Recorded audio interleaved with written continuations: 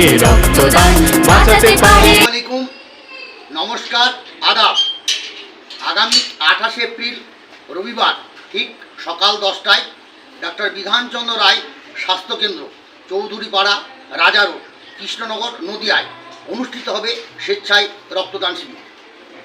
শুধু নদিয়া জেলায় নয়, বাংলার একটি স্বনামধন্য সংগঠন, সমাজসেবী সংগঠন রক্তের বন্ধনে আমরা কৃষ্ণনগরবাসী সারা বছর ধরে তারা রক্তদান শিবির সংগঠিত করে। ওই রক্তদান শিবিরে আপনারা আসুন, রক্তদান করুন। আপনারা জানেন শুধু নদিয়া জেলা, বাঁকুড়া জেলা নয়, সারা বাংলা, সারা ভারতবর্ষে এই গ্রীষ্মকালে সংকট চলছে। ব্লাড ব্যাঙ্কগুলিতে মুমূর্ষু রোগীদের হাহাকার।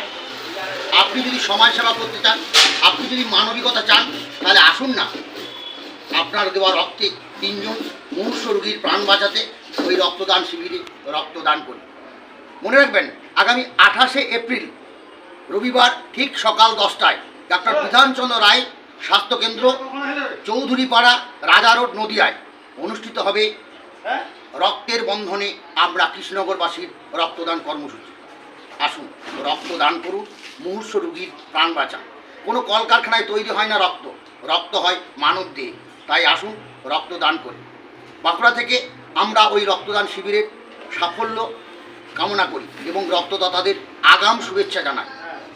মুজিবর কাজী, বিষ্ণুপুর, আমরা করব জয়।